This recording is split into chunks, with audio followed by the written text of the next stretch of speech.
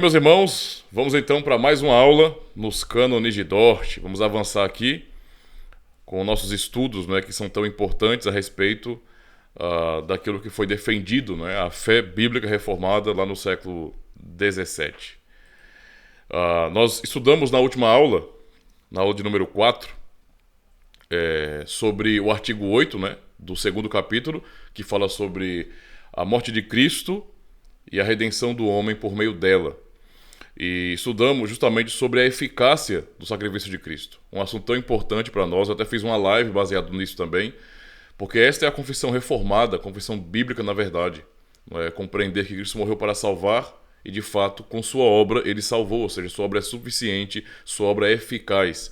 E para mostrar a fidelidade e poder dessa obra, ele não só morreu, mas também ressuscitou para justificar aqueles por quem ele morreu.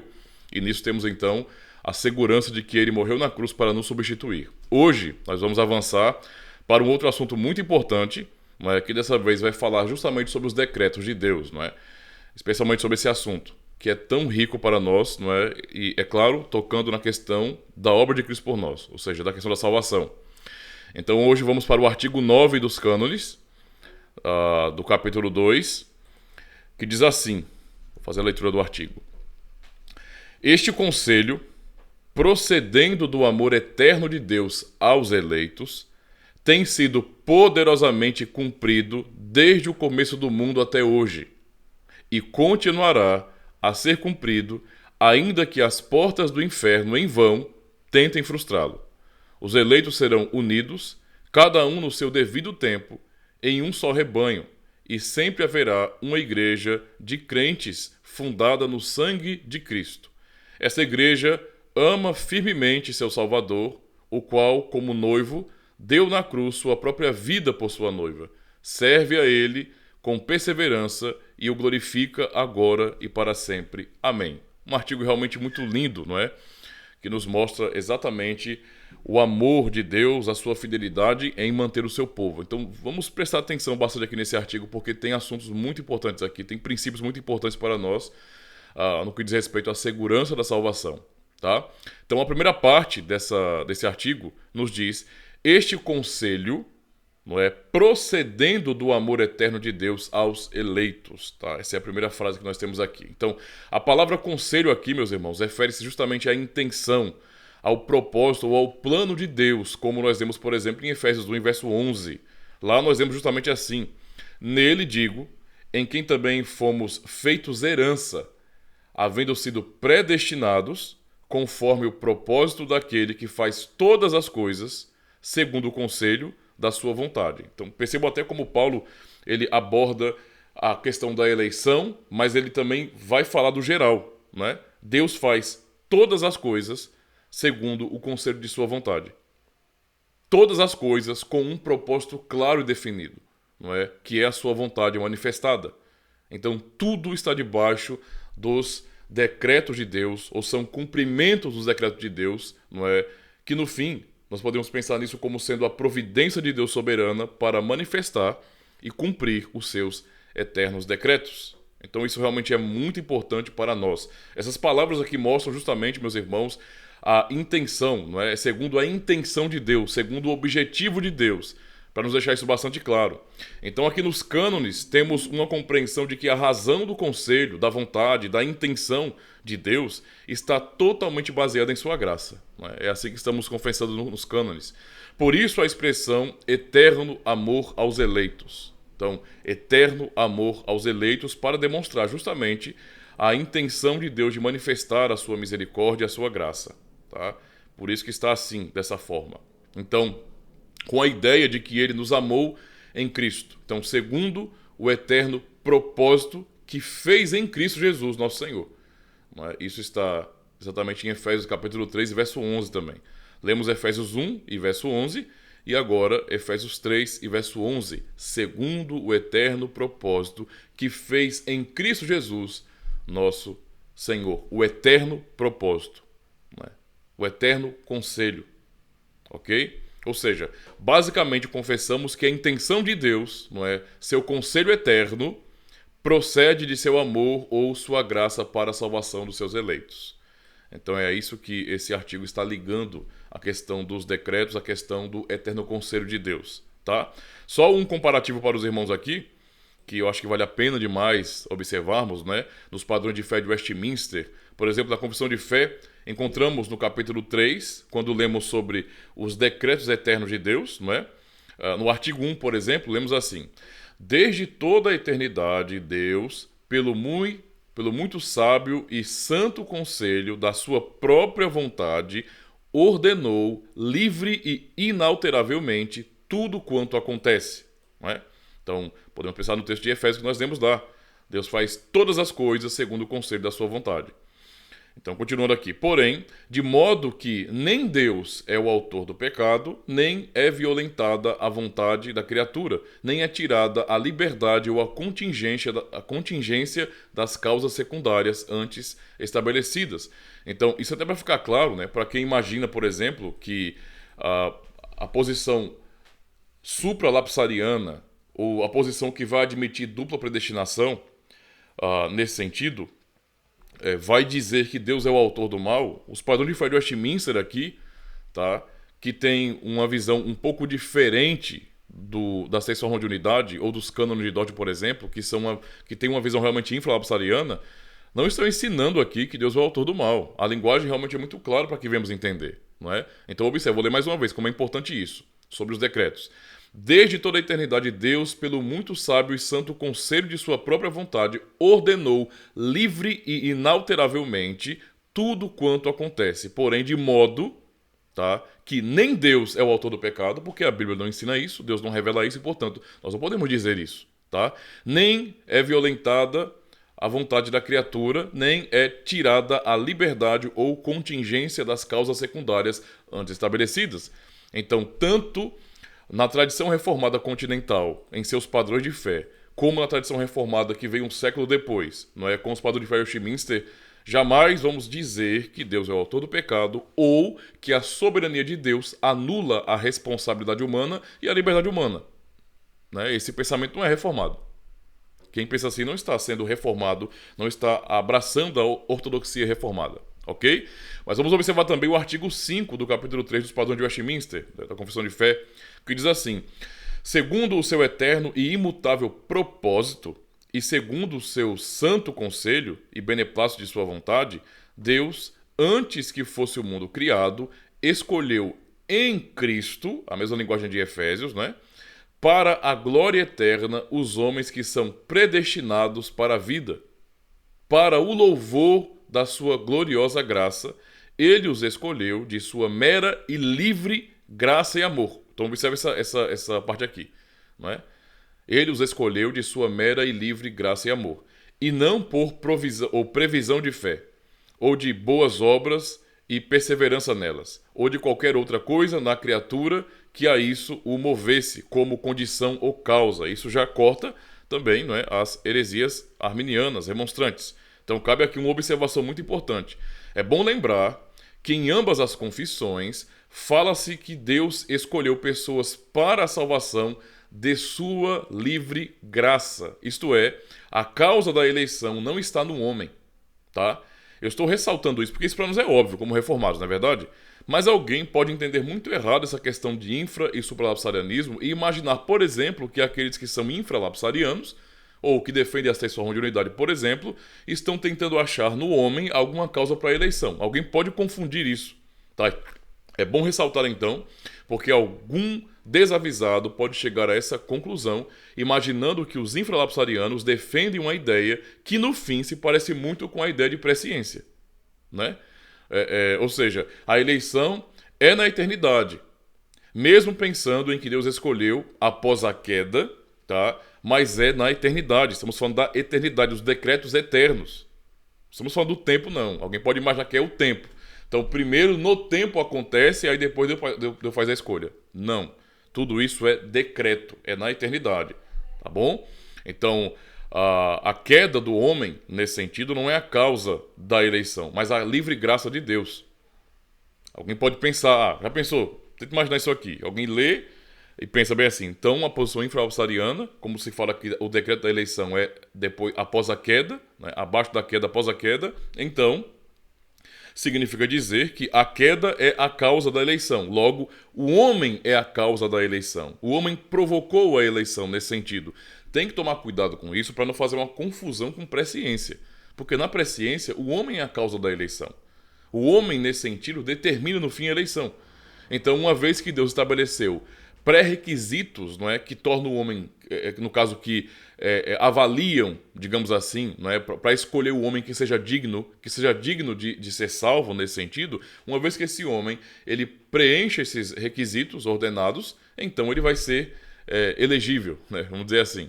Tá? Então, basicamente, isso é heresia arminiana, remonstrante. Tá? Não tem nada a ver com aquilo que nós estamos falando aqui. Estamos falando da eternidade, onde, na verdade, a razão está na graça livre de Deus. Por quê? Porque ele não deve a sua graça a ninguém. Então, não podemos confundir essas coisas. Tendo dito isso, então, vamos continuar, certo? Porque vale a pena ressaltar esses pontinhos para que não haja confusão, não é verdade? Então, vamos lá. A parte 2, então, do artigo. Então, primeiro aqui nós estamos afirmando que o eterno, ou seja, este conselho procedendo do amor eterno de Deus aos eleitos. Agora, para a segunda parte do artigo, tem sido, esse eterno, para salvar os eleitos, tem sido poderosamente cumprido desde o começo do mundo até hoje e continuará a ser cumprido, ainda que as portas do inferno, em vão, tentem frustrá-lo. Então notem aqui mais um artigo importantíssimo para nossa compreensão, né, da salvação e da segurança na salvação. Então confessamos que Deus opera a sua providência para cumprir seus desígnios eternos. Então não haverá, ouçam bem isso, não haverá um tempo em que Deus não providencie tudo o que é necessário para os seus eleitos. Por quê?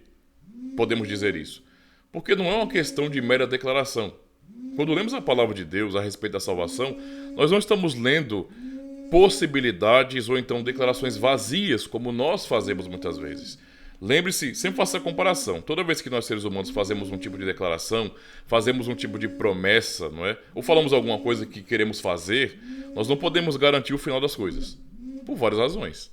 Primeiro, porque nós somos, digamos assim, falíveis. Nós não somos eternos, nós não somos Deus. Nós não podemos garantir nada. Se nós falarmos alguma coisa dizendo, farei isso, eu não posso garantir que eu estarei vivo daqui a 5 minutos, sequer, para fazer o que eu prometi. Só que com Deus não é desse jeito. Não existe confusão e não existe possibilidade de falha em Deus. Quando Deus decreta algo, quando ele fala alguma coisa, aquilo vai acontecer, não é, perfeitamente, tá? Sem nenhum, assim, sem nada que não seja aquilo que ele disse, tá? Então isso é muito importante. Por isso podemos afirmar que não haverá um tempo, não é, em que Deus não providencie tudo o que é necessário para os seus eleitos. Ou seja, a vontade do Senhor foi, é e será cumprida perfeitamente, sem nenhuma surpresa. Nós somos acometidos por surpresa, não é verdade? Não é a nossa experiência? Nós planejamos algo e de repente alguma coisa acontece que não está no nosso controle e aquilo quebra, destrói nossos planos. E temos que mudar de curso muitas vezes. Então, por exemplo, eu já até fiz aplicações assim para os irmãos, né? Para compreender que nós podemos planejar, por exemplo, uma vida maravilhosa. Só que às vezes nós temos que lidar com a realidade que é diferente daquilo que nós planejamos. Eu posso dizer que na maioria das vezes isso acontece, né? Nós somos surpreendidos pela vida. Porque as coisas não funcionam como nós queremos. Nós não somos soberanos. Nós somos criaturas, tá? Limitados, estamos debaixo de leis, de regras, vivemos nelas. Então não dá para determinar nada. Fazemos os planos, mas a resposta certa vem de quem? Vem do Senhor. É isso que nós sabemos. Por isso temos que ser humildes nesse sentido e confiar que somente Ele é soberano sobre tudo e o que Ele fala, Ele cumpre à risca nos seus mínimos detalhes, tá? Sem acrescentar nem tirar. Então, a vontade do Senhor foi, é e será cumprida perfeitamente, sem surpresas. Ninguém surpreende a Deus. Porque tudo, absolutamente todo conhecimento vem dele. Não existe nada fora dele. Não tem como haver uma existência fora de Deus nesse sentido. Porque ele é Deus, tá? Esse é o entendimento bíblico sobre Deus. Então, toda vez que alguém pensa em Deus de uma outra forma, não está pensando no Deus da Bíblia. Está criando um ídolo, porque é muito mais confortável acreditar no ídolo que nós criamos. Porque o ídolo que nós criamos, ele é controlável. A magia, digamos assim, o que atrai as pessoas ao paganismo é porque no paganismo os ídolos são controláveis. Porque, no fim, os ídolos são fruto de nossa imaginação. Nós criamos os ídolos, por isso podemos controlá-los. Mas com Deus é totalmente diferente, tá? Ele é quem controla, nós não. Então, não pensamos nos decretos de Deus como sendo algo passível de mudanças. Deus não é como o homem que não tem controle absoluto sobre tudo. O que ele decidiu antes da criação do mundo está decidido, não mudará. E ele mesmo fará com que tudo aconteça como planejado. E quando nós pensamos, não é, na segurança nos decretos de Deus, estamos admitindo aqui que as coisas não são automáticas, não. Não é tipo Deus falou e automaticamente aquilo vai acontecer. Não, é Ele providenciando para que aconteça. Entendeu? É Ele providenciando para que aconteça. Ele move tudo para que aconteça. Não tem como fugir dessa realidade. Ou seja, como confessamos aqui, ainda que as portas do inferno, em vão, não é, tentem frustrá-lo. Então, é nisso que nós temos consolo. Pois o inferno, o mundo e tudo mais, não é? Tudo mais, pode se levantar contra a igreja. Não é? Podem tentar derrubar, nesse sentido, aqueles que foram salvos em Cristo. Mas esta, então, é uma tarefa impossível. O que eu quero dizer é impossível para o mundo, é impossível para o diabo, para qualquer inimigo que possamos ter neste mundo. É impossível para eles, não é, nos vencer. Impossível. Não porque nós somos fortes e bons. De jeito nenhum. Não porque Deus, pelo seu decreto, pela eleição, nos fez pessoas superpoderosas. De jeito nenhum. Mas é porque Ele determina e Ele cumpre segundo a sua vontade. Esse é o ponto. Tá? Então, não dá para alterar o que Ele determinou. Por isso, a luta do diabo contra a igreja, ela é uma luta inútil. No que diz respeito ao diabo tentar ter sucesso de verdade. Basta pensar na história do cristianismo, irmãos. Quer dizer, não na história do cristianismo apenas, na história de todo o povo da aliança. Né? Pensando na igreja lá no Antigo Testamento, no começo de tudo até o final dela. Naquilo que podemos hoje avaliar. Desde o começo do mundo, quando o mundo era pequeno e, portanto, a morte de alguém seria uma porcentagem enorme do mundo, né? Você imagina aí. Então, você tem Adão, Eva e 2 filhos. Esse é o 100% do mundo. Não é verdade? Quando Caim mata Abel, uma porcentagem gigantesca do mundo morre ali. Porque são 4 pessoas. Né? E veja, Caim matou Abel, ou seja, o diabo atentou contra um dos filhos de Deus, matou. Né? Então poderíamos pensar bem assim, tá vendo aí, ó? Vixe, o diabo prevaleceu, o mundo ganhou. Um eleito de Deus foi morto ali. Né? E, portanto, acho que a igreja está em desvantagem. Só que Deus dá um outro filho ao casal no lugar do Abel, que tinha morrido. Ou seja, mais um eleito. E isso continua em toda a história da redenção. Então, sempre houve o furor do mundo inteiro contra a igreja de Cristo, contra os eleitos de Deus. E eles nunca puderam vencer os eleitos. Olha, eles mataram eleitos.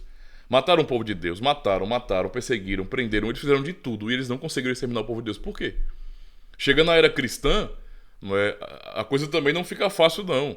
Os cristãos são odiados pelo mundo, e, portanto, a igreja que está recebendo esta palavra da segurança na eleição, na salvação que Deus nos deu, também é perseguida e odiada. Matam cristãos como uma diversão, como se fosse ir para o circo ou para um jogo de futebol lá nos Coliseus. E eles faziam isso com todo prazer, e as pessoas amavam aquilo ali. Era bom para eles, naquela sociedade romana, opressora, matar os cristãos. Era como eles se divertiam. Era o pão e circo deles. E mesmo assim, com tantas mortes de cristãos, eles não conseguiram exterminar a igreja. Por quê? E olha que eu não estou contando sobre perseguição dos primeiros 300 séculos da igreja cristã, não. Porque, na verdade, se você vai contar, a perseguição continua. né? Em países onde o evangelho é proibido, os cristãos continuam sendo presos e mortos. No século passado, por exemplo, com relação ao comunismo, especialmente o comunismo, nossa, tantos cristãos foram mortos, colocados em campo de concentração. E parece que, por mais que o diabo tente, por mais que o mundo tente e avance contra a igreja, eles não conseguem ter resultados realmente positivos. Porque eles não conseguem vencer os eleitos de Deus. Tá? Por isso nós podemos confessar aqui, ou seja, nós confessamos, ainda que as portas do inferno em vão tentem frustrá-lo. O diabo não pode frustrar os planos de Deus. Tá? Jó mesmo confessou isso quando teve aquela experiência maravilhosa com Deus. Não é? Ninguém pode frustrar os planos de Deus. Deus decretou, Deus faz cumprir. É simples assim. Então, é nisso que temos consolo, pois o inferno, o mundo e tudo mais não podem, não é? Não podem destruir a igreja. É impossível. Nem o diabo e nem todos os ataques do mundo podem derrubar os eleitos da graça de Deus. Tá? Então basta lembrarmos da própria ordem como Paulo ensina essas coisas em Romanos 8. Não é? Ele começa, por exemplo, no capítulo 8, no verso 1, dizendo: portanto, agora nenhuma condenação há para os que estão em Cristo Jesus, que não andam segundo a carne, mas segundo o Espírito. E termina dizendo que nada pode nos separar do amor de Deus que está em Cristo Jesus. Isso aqui eu estou pegando o primeiro versículo de Romanos 8 e indo para o finalzinho de Romanos 8. Mas vale a pena para nós fazermos uma breve avaliação, ou tentar fazer uma leitura rápida, breve aqui de Romanos 8, para entendermos como nesse capítulo de Romanos, não é, nós temos uma segurança na salvação, na eleição. Não é? Então, se alguém algum dia chegar para vocês e falar bem assim: não, vocês reformados estão usando aí 2 versículos de Romanos 8 para afirmar a doutrina de vocês, embora que sejam 2 versículos, né? O verso 29 e 30, tão diretos, tão contundentes, tão claros, que sinceramente a pessoa deve estar com algum problema para não conseguir ler aquele texto compreendendo de verdade, porque é claro demais, não há nenhum mistério ali não, é a verdade revelada, declarada e ponto. Mas para ficar claro para cada pessoa que esses 2 textos não são uma fala isolada de Paulo. Paulo estava escrevendo aos romanos e ele começou a escrever um monte de assuntos ali, do nada deu uma doida em Paulo e escreveu uma coisa que não tem nada a ver. Não é? Uma coisa sem sentido. Não é isso que acontece. E podemos então dar uma pequena resumida em Romanos 8 para entendermos como esse capítulo é dividido. Eu quero fazer isso agora para os irmãos entenderem, né, sobre a segurança que estamos aprendendo aqui no artigo 9 dos cânones de Dort. Então eu quero olhar para Romanos 8 para isso. Tá? Deixe-me ler então. Por exemplo, Romanos 8, do verso 1 ao 11, aprendemos que não há condenação para quem está em Cristo Jesus e ainda aprendemos como podemos averiguar nossa vida a esse respeito, não é? Nos questionando se estamos realmente em Cristo ou não. Andamos segundo a carne ou segundo o Espírito? É o que nós podemos nos perguntar do verso 1 ao 11, não é? No verso 9, a parte B, aprendemos que se alguém não tem o Espírito de Cristo, este tal não é dele. Se estamos nele, isto é, se somos realmente de Cristo, então não há condenação. Então, só do verso 1 ao 11, temos uma palavra que já nos dá segurança. Mas não somente a segurança, não é, no que diz respeito ao que Deus está dizendo para nós, mas também ao fato de que nós podemos, nós mesmos, avaliar nossa própria vida diante da palavra de Deus. Nós estamos em Cristo? Podemos nos fazer essa pergunta. Estamos em Cristo de verdade? Porque se estamos, pertencemos a Ele e, portanto, não há condenação. Agora, se não estamos em Cristo e a nossa vida vai denunciar isso, então não há esperança para nós. Essa avaliação pessoal cada um pode fazer, tá? Isso do verso 1 ao 11. Do verso 12 ao 17, aprendemos que a vida cristã, isto é, a vida no Espírito, identifica que somos filhos de Deus e que somos herdeiros de Deus e co-herdeiros com Cristo. E esta, então, meus irmãos, é a providência de Deus na vida dos seus eleitos. Então, do verso 1 ao 11, aprendemos sobre essa segurança de podermos nos avaliar também, se estamos na carne ou no Espírito. E aqui do verso 12 ao 17, aprendemos, não é, que esses que são de Cristo, que pertencem a Ele de fato, não é, sobre quem não há condenação mais porque estão em Cristo, e podem também avaliar a sua própria vida e se questionarem se são filhos de Deus. Ele vai seguindo essa lógica, vai crescendo esse raciocínio. Então, se são ou não filhos de Deus? Porque os filhos de Deus andam segundo Deus. Como nós aprendemos aqui, os que têm o Espírito de Deus são guiados por Deus, pelo Espírito de Deus. Tá? E, portanto, são herdeiros de Deus e co-herdeiros com Cristo. Ou seja, já nos demonstrando a providência de Deus com relação à vida dos eleitos. E aí, chegamos ao verso 18 até o 25, onde aprendemos que o que será manifestado na vida dos eleitos, no final de tudo, não pode ser comparado com nada que provamos aqui. Que mesmo em um mundo caído, corrompido, não precisamos perder as esperanças, porque Deus mesmo, na volta de Cristo, há de redimir, não é, o mundo. O mundo será redimido quando os filhos de Deus forem manifestados. Baseado em tudo isso, não é, o que lemos antes, o dia da redenção está seguro. Então veja, percebam que ele está falando para quem pertence a Cristo, para quem está ligado a Cristo, para quem tem o Espírito de Cristo e, portanto, é filho de Deus e é guiado por Deus. Pessoas sobre quem ele já falou que não há condenação, porque são de Deus, porque são de Cristo. E agora o que ele fala também a respeito do dia da redenção, pensando em um mundo caótico, em um mundo onde há corrupção, onde há morte, por exemplo, não é? E também no mundo onde nós mesmos, que somos os primeiros frutos do Espírito, também gememos aguardando o dia da redenção. Ele está dizendo para estes que pertencem a Cristo que a redenção é segura, que ele voltará sim para redimir, não é, todas as coisas. E nós, nesse sentido, seremos as primícias nessa lógica de redenção. Porque o mundo será redimido quando os filhos de Deus forem manifestados. No dia da redenção. Quando o Cristo nos transformar. Não é? E aí podemos já pensar na questão de novo céu e nova terra, aqui nesse texto. Já para mostrar uma redenção segura. Chegamos finalmente, então, do verso 26 até o 30 de Romanos 8, onde aprendemos que o Consolador, enviado e derramado sobre nós, não deixa os eleitos sozinhos. Olha como Paulo vai crescendo, não é, no argumento para fortalecer a segurança do povo de Deus, tá? Pelo contrário, aqui, ele não vai nos deixar sozinhos, pelo contrário, não é? Mas o Espírito Santo, o Consolador, os ajuda em sua jornada neste mundo. E que a intercessão do Espírito Santo pelos eleitos é a vontade de Deus. O Espírito Santo intercede pelos eleitos de Deus. Podem notar aqui que tudo que lemos até agora, eu estou bem que resumindo e parafraseando Romanos 8, por parte, digamos assim, já está nos mostrando, não é, qual é o direcionamento de Paulo. No que Paulo estava pensando? Nos eleitos de Deus. Tá? E então, de maneira muito clara, aprendemos que o Espírito Santo intercede pelos eleitos. Por isso mesmo, somos assegurados, mais uma vez, na providência infalível de Deus sobre os seus eleitos, como lemos no verso 28, o texto que nós já conhecemos tanto, né? Ou seja, que todas as coisas cooperam para o bem daqueles que amam a Deus, daqueles que são chamados segundo o seu propósito. Isso é a providência, são os decretos sendo cumpridos na vida dos eleitos. Não é? E esta providência opera sobre aqueles que foram chamados segundo o propósito de Deus. É o que o texto diz. Então Paulo é ainda mais claro aqui nessa parte, nesse trecho. E fala da eleição e predestinação para mostrar a segurança nos decretos de Deus, de salvar aqueles que amou na eternidade. Fomos predestinados, é o que Paulo ensina aqui. E lembre-se, ele não está falando de maneira aleatória, não é? Porque se todo mundo é eleito, então não há eleição. Isso não faz sentido, não é? Então ele está sendo muito claro e mostrando para onde ele está direcionando a sua palavra de consolo. É para os membros do corpo de Cristo, aqueles que estão em Cristo, os que pertencem a Cristo, os que têm o Espírito de Cristo, isto é, os seus eleitos. Então aprendemos que fomos predestinados para sermos moldados à imagem, não é, do grande eleito de Deus, que é o seu Filho.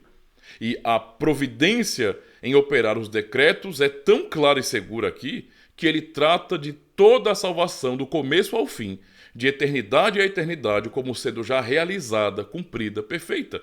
É o texto que nos mostra a grande corrente da salvação. Não é? Ou seja, e aos que predestinou, a estes também chamou, e aos que chamou, a estes também justificou, e aos que justificou, a estes também glorificou. E finalmente, então, chegamos aqui, não é, dos versos 31 ao 39, que é a parte final do capítulo, não é? Para fechar então com chave de ouro, depois de ter dado tanta segurança e depois de ter apontado para o trabalho do Espírito Santo em favor dos eleitos, Paulo então aponta para o fato de que Deus fez, entregando o seu Filho unigênito para salvar os eleitos. Deus fez isso. E que o Filho está à destra de Deus, também intercedendo por seus eleitos, por nós. Por isso, depois de tantas verdades a respeito da salvação perfeita, segura, inalterável e infalível, ele conclui finalmente dizendo: nada pode nos separar do amor de Deus que está em Cristo Jesus. Então, isso é um resumo parafraseado de Romanos 8, dividindo por partes. Tá? Então, se alguém um dia vier falar bobagens para vocês, né, vocês têm que responder. Né? Podem lembrar dessa aula e lembrar disso. Né? Se vamos ler Romanos 8, nós não vamos ler apenas 2 versículos, não. Tá? Isso é atitude de herege, de arminiano, de gente que gosta de ficar pegando pedacinhos de um versículo, trechinhos, e fundamentando a doutrina naquilo. Nós estamos lendo todo o capítulo aqui para mostrar que Paulo construiu essa ideia no capítulo. Ele não fala de maneira aleatória e sem sentido, do nada. Paulo está falando de um assunto que não tem nada a ver, ou então de um assunto que tem a ver com o homem fazendo. O homem faz, o homem usa o seu livre-arbítrio, o homem que procura a salvação por si mesmo, e do nada ele vai e lança uma predestinação no meio. Não! Ele constrói toda essa ideia. Ele dá segurança do começo ao fim do capítulo. Sinceramente, eu não consigo entender como que alguém pode ler um capítulo como esse da Bíblia, não é? Da Carta aos Romanos, ou outros também, e ainda assim ser arminiano, ser remonstrante, e ainda assim negar as doutrinas da graça. Isso não faz o menor sentido, na verdade. Eu fico realmente observando isso, e para mim, sinceramente, ao notar que o texto é tão claro, não estou nem falando de pessoas que estão rejeitando o que é apelidado de calvinismo hoje. Não! Talvez as pessoas elas não entendam o que isso é e falem bobagens. Tem gente que de vez em quando chega aqui no canal, o calvinismo é do diabo, o calvinismo é isso e aquilo, o calvinismo acusa Deus de ser assim, assim, assado. Olha, sinceramente, quem está falando isso não sabe o que é calvinismo. Né? Eu já até fiz uma recomendação recente para a pessoa. Ó, vai ler primeiro antes de falar. Né? Então você vai ler Calvino, ler as Institutas, ler os comentários bíblicos de Calvino, talvez as cartas, ler as confissões reformadas, estude antes de falar bobagem, porque você não sabe o que é calvinismo.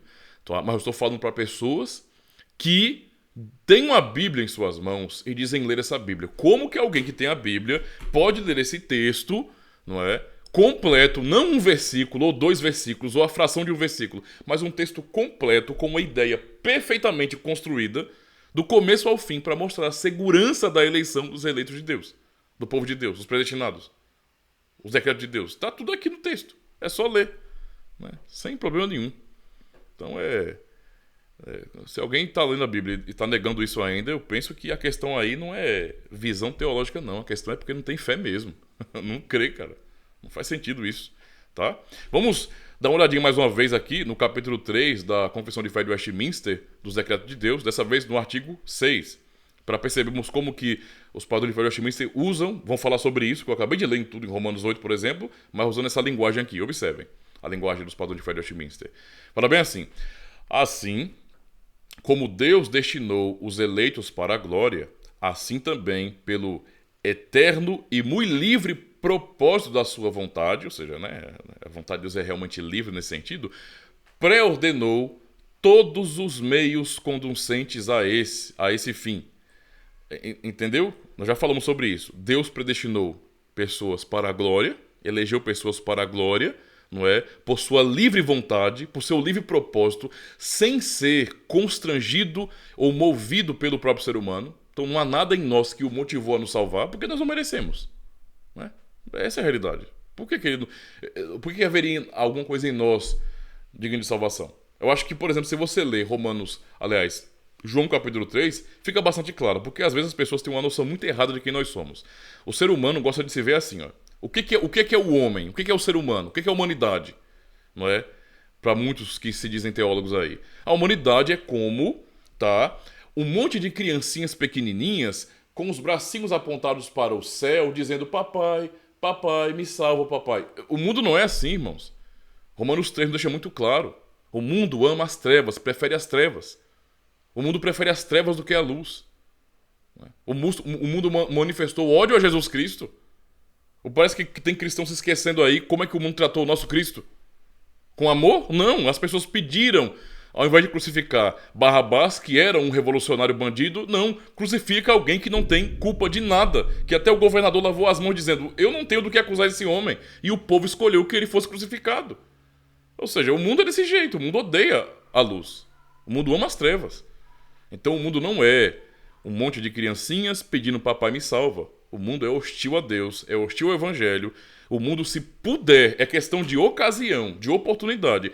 Se o mundo puder, se o mundo tiver veículos para, meios para, o mundo perseguirá sempre os cristãos e os matará. Porque é isso que tem acontecido desde o começo do mundo. Sempre foi assim. Então vamos começar a ter uma visão um pouco mais correta da realidade, porque é assim, tá? O mundo não é bonzinho, não. Muito pelo contrário. Então, Deus, observe, predestinou pessoas para a salvação, mas também preordenou todos os meios conducentes a esse. O que Romanos 8 nos ensina é algo completo a respeito da salvação. Não é só uma menção de predestinação e eleição, não. Mas é tudo o que garante a salvação para os eleitos. Tudo, tudo. Não é? A intercessão do Espírito Santo, a intercessão de Cristo à destra de Deus o Pai. Tudo, absolutamente tudo. É por isso, depois de falar tudo isso, ele pode dizer que nada pode separar do amor de Cristo. Como é que Deus providencia tanto, todos os meios necessários, todo o cuidado necessário, não é? E sem contar outros textos, como João capítulo 10, quando Cristo garante, ninguém pode tomar minhas ovelhas das minhas mãos, não é? Alguém pode conceber a ideia de que é possível que alguém caia da graça, por exemplo. Isso não faz sentido, tá? Então, continuando. Os que, portanto, são eleitos, achando-se caídos em Adão, são remidos por Cristo. São eficazmente chamados à fé em Cristo, pelo seu Espírito, que opera no tempo devido. Né? Nós vemos isso aqui também nos cânones. Tá? Na parte 3 do artigo, nós lemos justamente que os eleitos serão unidos, cada um no seu devido tempo. Né? Aqui os padrões de otimismo estão dizendo justamente isso. Não é? Que os que foram eleitos, achando-se caídos, não é? Eram pecadores como qualquer outros nesse sentido, não é? Caídos em Adão, são remidos por Cristo e são eficazmente chamados para a fé em Cristo, não é? Pelo seu Espírito, que opera no tempo devido, são justificados, adotados, ou seja, feitos filhos de Deus, João capítulo 1, não é? E santificados e guardados pelo seu poder por meio da fé salvadora. Além dos eleitos, não há nenhum outro que seja remido por Cristo. Eficazmente chamado, justificado, adotado, santificado e salvo. Tá? Este é o ensino bíblico reformado, meus irmãos. Tá? Não há a menor possibilidade de falha no plano de Deus. É disso que se trata essa doutrina. O pessoal gosta de tratar as doutrinas reformadas, né? A doutrina reformada, como se fosse uma mera questão de raciocínio filosófico. É por isso que eu acho tão maravilhoso que as pessoas elas se preocupem em estudar os cânones de Dort. Porque elas vão notar que as respostas ou a afirmação da doutrina por parte dos reformados lá no Sínodo foi extremamente bíblica. Eles não falaram abobrinha feito os arminianos naquele período. Que quando iam defender alguma coisa, citavam meio versículo, fora de contexto, um versículo fora de contexto, enquanto os reformados não. Nós podemos ler os cânones e nos sentir realmente seguros e até felizes. Se você já tem o hábito de estar lendo a sua Bíblia sempre, sempre, sempre, ao ler confissões reformadas de verdade, você vai ficar surpreso por perceber a sua fidelidade. Tá? Então isso é realmente maravilhoso. Certo? Agora sim, vamos para a parte 3. Deixa eu ver aqui em quantos... estamos a 38 minutos. Então, a parte 3, os eleitos serão unidos, cada um no seu devido tempo, não é? Em um só rebanho, e sempre haverá uma igreja de crentes fundada no sangue de Cristo. Tudo isso é a providência de Deus, em cumprir os seus decretos, o seu eterno conselho. Tá? Então vamos, dessa vez, dar uma olhadinha na Confissão Belga. A Confissão Belga, no artigo 27, não é? Fala sobre a Igreja Católica ou Universal. E aí eu quero ler o artigo porque é importante para entendermos isso também. E até fazemos essa comparação, notar, não é? a unidade na doutrina aqui também. Então veja, cremos e confessamos uma só Igreja Católica ou Universal. Ela é uma santa congregação e assembleia dos verdadeiros crentes em Cristo, que esperam toda a sua salvação de Jesus Cristo, são lavados pelo seu sangue, santificados e selados pelo Espírito Santo. Essa é a definição de igreja, segundo a nossa confissão. Tá? Uma congregação e assembleia dos verdadeiros crentes em Cristo, que foram redimidos no seu sangue. Esta igreja, observem bem, existe desde o princípio do mundo e existirá até o fim. Certo? Então a igreja, ela não é apenas a instituição de caráter cristão. A igreja é todo o povo de Deus, desde o começo do mundo, começando com Adão e Eva. Adão e Eva. Então, essa igreja existe desde o princípio do mundo e existirá até o fim, pois Cristo é Rei eterno, que não pode estar sem súditos. Esta igreja, ou esta santa igreja, é mantida por Deus contra o furor do mundo inteiro, né? Mesmo que ela, às vezes, por algum tempo, seja muito pequena e, na opinião dos homens, quase desaparecida. Assim Deus guardou para si, na perigosa época de Acabe, 7.000 homens que não tinham dobrado os joelhos a Baal. Esta santa igreja também não está situada, fixada ou limitada em certo lugar ou ligada a certas pessoas, mas ela está espalhada e dispersa pelo mundo inteiro. Contudo, está integrada e unida de coração e vontade no mesmo Espírito pelo poder da fé. A definição sobre igreja aqui para nós é importante também sobre esse assunto, porque nós aprendemos aqui nesse artigo 27 da Confissão Belga que Deus preserva a sua igreja. E Ele reúne a sua igreja desde o começo do mundo. É o que estamos aprendendo também nos cânones. Os eleitos serão unidos, cada um no seu devido tempo, em um só rebanho, e sempre haverá uma igreja de crentes fundada no sangue de Cristo. Essa é a nossa confissão, não é? A confissão da esperança para nós, tá?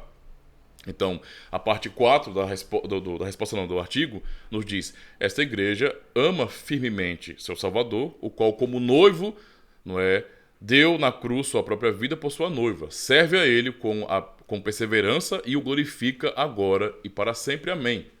Então, como é que nós podemos concluir a aula de hoje, meus irmãos, depois de ouvirmos tanto, né, a respeito dos decretos de Deus, do seu eterno conselho, e desse pequeno resumo parafraseado de Romanos 8, para entendermos a coerência do ensino de Paulo e não a loucura, não é, que dizem os sinergistas neste mundo, que apenas isolam os textos e esquecem do que Paulo está construindo e ensinando ali, pelo Espírito Santo, inspirado por Deus.